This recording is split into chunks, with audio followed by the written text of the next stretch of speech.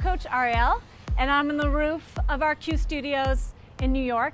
And today I'm going to do an introduction to foam rolling, which is an amazing benefit, which has amazing benefits for your workout.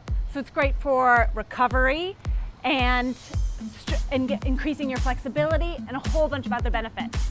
This is also called SMR, which is known as self-myofascial release. I just like to call it foam rolling because it's a lot easier. But if you see SMR, it's the same thing. Some people think of it as kind of like the poor man's massage, and it cannot replace massage therapy. However, it can really help on a day-to-day basis. So I'm going to talk a little bit about the foam rollers. You can find a lot online, or you can find them at a sports equipment store, or some PT offices sell them as well. They come in a lot of shapes and sizes, and so when you get one, choose one that works for you. There are like very small ones that are nice and portable. You can take them with you. Medium size, about this size, and then there's the very long ones. If you want to lie on it vertically, that's kind of nice too if you really want a long one. I'm going to go with a medium size. There's also a difference in the material, and that actually corresponds to how intense of a massage you'll get from the foam roller. So for this one right now, you can see that it's a little bit less dense, and it compresses when I push on it. And so when I'm rolling on it, it will give a little bit, and it's a less intense massage. If you go up, there's a stiffer foam roller, and that actually is a more moderate massage. And then you can get ones that are like made out of plastic with rubber around it, and it's hollow. And those are the most intense. Those don't give at all when you roll on them, and so therefore it's a very high intensity massage. So I'm going to show you just a couple of things that you can do with the foam roller. If you don't have one at home, take down some notes, and when you're maybe at the gym and you see a foam roller, try them out, or go and pick one up. Take my word for it, it will definitely help. If you have a foam roller, go ahead and grab it and work out along with me. So we're going to start with the most simple ones. You're going to be sitting, and you're going to put the foam roller behind you, right next to your pelvis, and then lean back slowly and arch over. You can either put your arms behind your head, if that's comfortable for you, or down. Either one is what's most comfortable in this position. You should get a beautiful stretch in the lower back.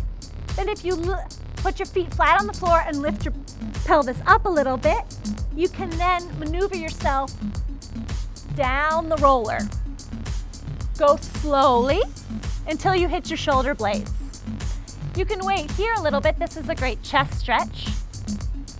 Or you can roll back down. Your back might adjust or crack. That's totally normal. Mine just did. It actually feels really good. This is allowing the spine to elongate and relax. What's amazing about SMR is that it's realigning your fascia. You get knots and trigger points when you work out and just everyday life. And this is just kind of smoothing those out, getting some mobility back there in the joints and your fascia. So that's one way to do it. The other way is actually to change and have the foam roller vertical to you, again against your pelvis, and you lie over it so the arms spread on either side. I like to relax the legs down at this point and really open the chest. This is a nice beginner stretch. It's not very intense, but it allows the chest and pecs to relax. Gonna hold that for a little while, or roll back and forth. That sometimes feels really nice to the spine.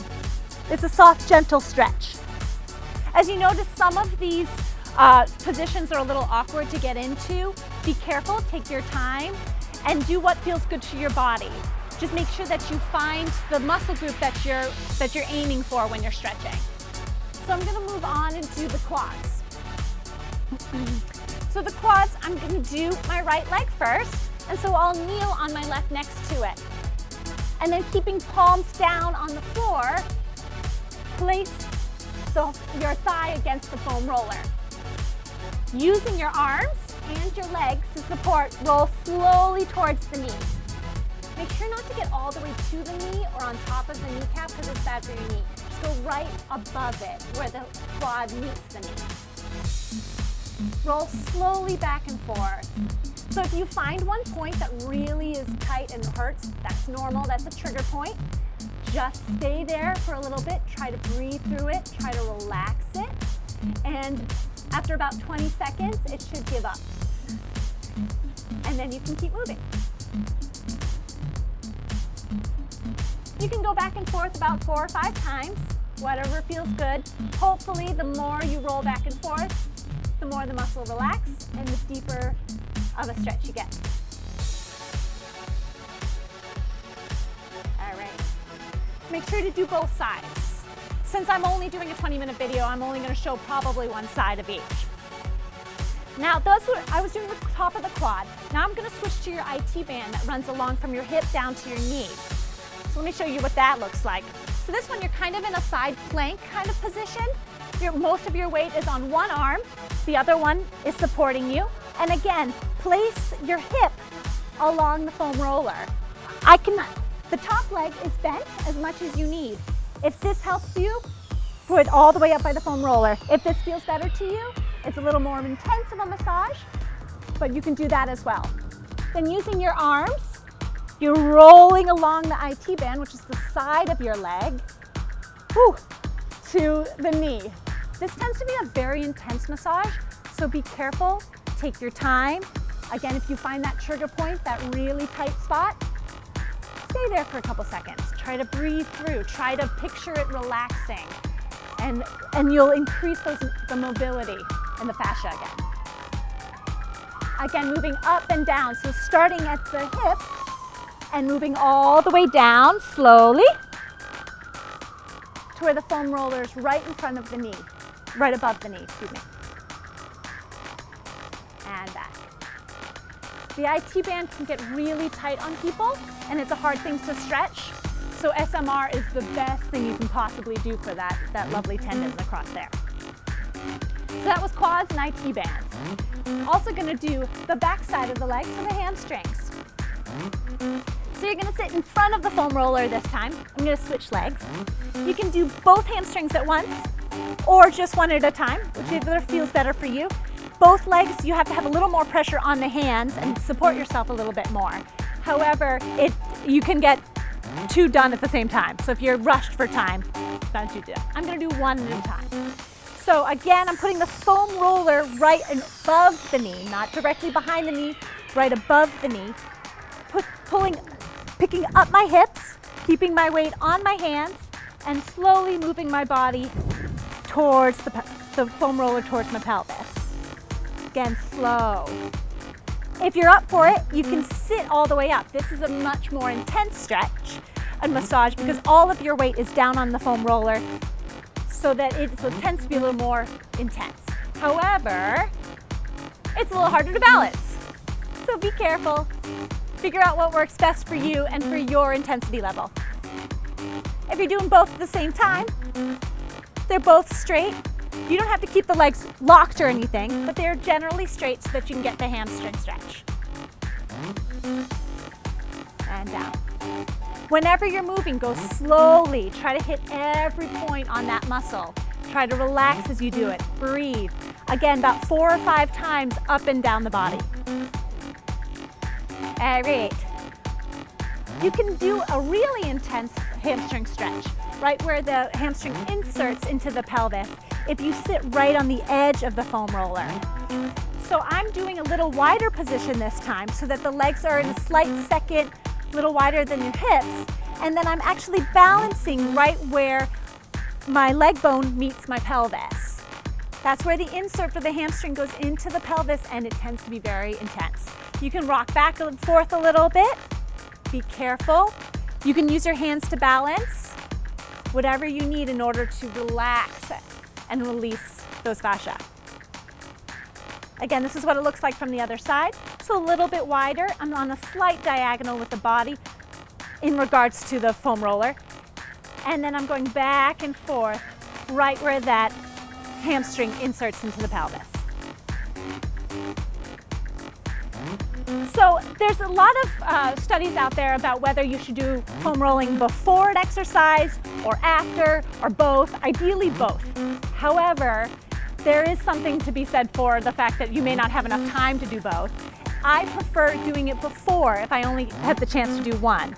So I do a little bit of a dynamic warm-up with a foam roller, about 5 minutes, trying to get each part of the body, especially legs and a little bit of the back, and then I enter my workout. It's a great way to get the blood flowing, the muscles moving, there's a little bit of stretching involved, and then you can get going in your workout.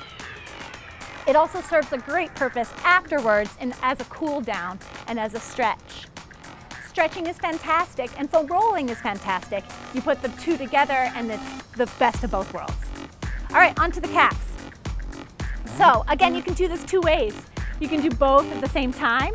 More intense is one at a time. I'm gonna do one at a time.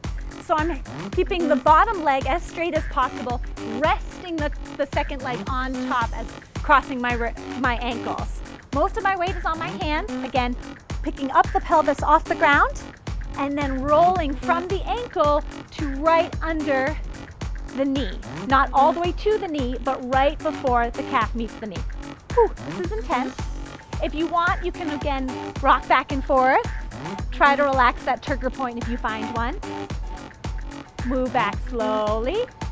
Get to right about the heel.